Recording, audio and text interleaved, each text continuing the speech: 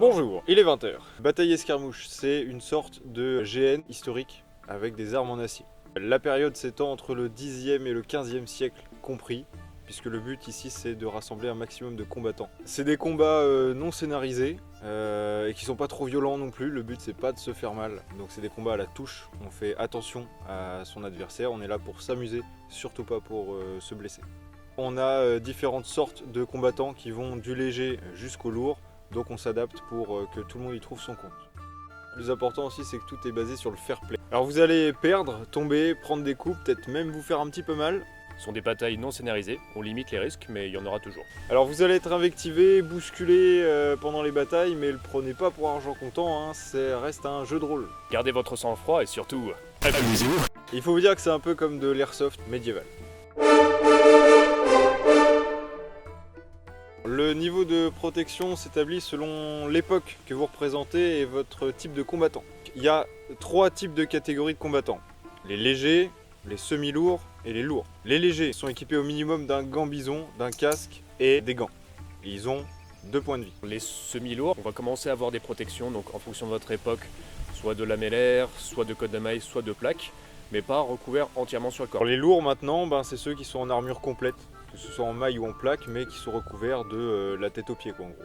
Mais attention, l'enloup c'est un grand terrain, on court, on crapahute beaucoup, donc être en armure complète c'est pas ultra recommandé. Bonus pour les lourds, une flèche ne vous enlève qu'un point de vie, alors que pour les autres catégories, une seule flèche et vous êtes éliminé. Et vous retournez au cimetière, avant de revenir en jeu. On adapte la puissance des coups en fonction de l'équipement, c'est-à-dire que les légers ou les semi-lourds, on tape doucement. Pour les lourds, vous pouvez y aller franchement entre vous, mais attention aux légers qui sont autour de vous. Vous avez 8 points de vie certes, mais vous n'êtes pas invincible. On n'est pas là pour faire de béour, il n'y a pas de mise au sol. Les coups seront portés dans le respect et dosés en fonction du niveau de protection de l'adversaire que vous avez en face. Maintenant attention, vous affichez ce que vous portez. C'est-à-dire que si on peut vous identifier comme un lourd, attendez-vous à vous faire taper dessus un peu plus fort. Vous avez le droit de rajouter des équipements de protection modernes, coquilles, des lunettes de protection, c'est même recommandé. C'est pas obligatoire, mais on a des archers. Ce qui peut être très recommandé, c'est toutes les protections de genouillères, coudières et autres. Par contre, tout ce qui est équipement et protection moderne devra être caché pour pas qu'il soit visé. Donc il est obligatoire d'avoir une tenue militaire, donc historiquement compatible avec justement toute l'époque que vous souhaitez représenter. Les baskets et les rangers sont interdites, même si on est dans la boue et que ça glisse. Il vous faut aussi une tenue civile qui va avec votre époque. Et c'est pas parce que vous avez un bout d'armure qui cache une partie de votre corps que vous pouvez avoir un jogging en dessous ou autre. Ça se voit. En ce qui concerne arbalétrier et archer, la puissance maximale des armes autorisées est de 40 livres. Pour tout ce qui va être tir d'arbalète, à moins de 5 mètres, on va plus faire parce qu'il n'y a pas moyen de doser la puissance. Contrairement à l'arc, où justement si on voit qu'on commence à être un petit peu proche, on peut commencer à amener à mi-puissance, voire un petit peu moins. Le but, c'est de toucher l'autre, c'est pas lui décaniller les dents au passage. Tous les tirs droits, on peut les faire jusqu'à 15-20 mètres sans trop de soucis. On essaie de viser toujours forcément en dessous de la ligne des épaules, histoire d'éviter tout ce qui sera tir au visage ou autre, qui sont bien évidemment interdits. Les tirs de saturation sont possibles aussi. Par contre, cette fois-ci, il faudra bien venir tirer en cloche, histoire de bien saturer la zone sans trop être risqué, parce que normalement, tout le monde sera bien couvert avec son casque. Pour plus de sécurité, les seuls blunts qu'on va autoriser, c'est des grosses, comme ça, type GN. Que ce soit en mousse ou en espèce de latex assez dense. Mais on n'autorise plus les blunts de chasse, parce que c'est trop dangereux.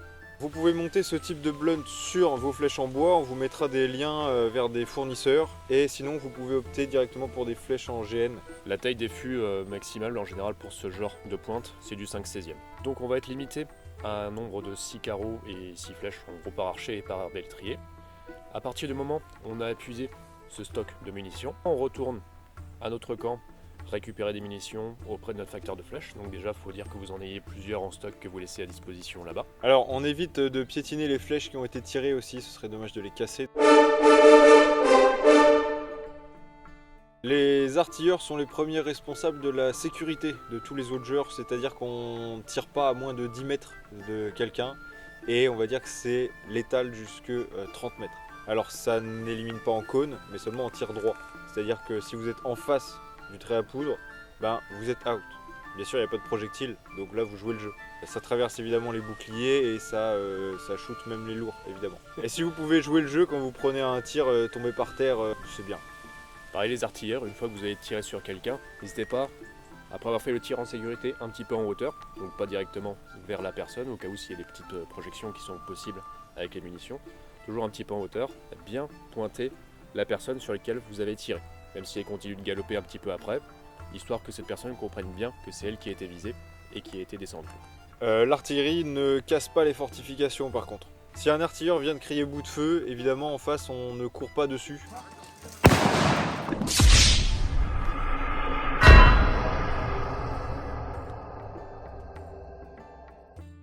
Et aussi le seul moyen d'interrompre un artilleur qui vient de crier bout de feu serait de lui coller une flèche.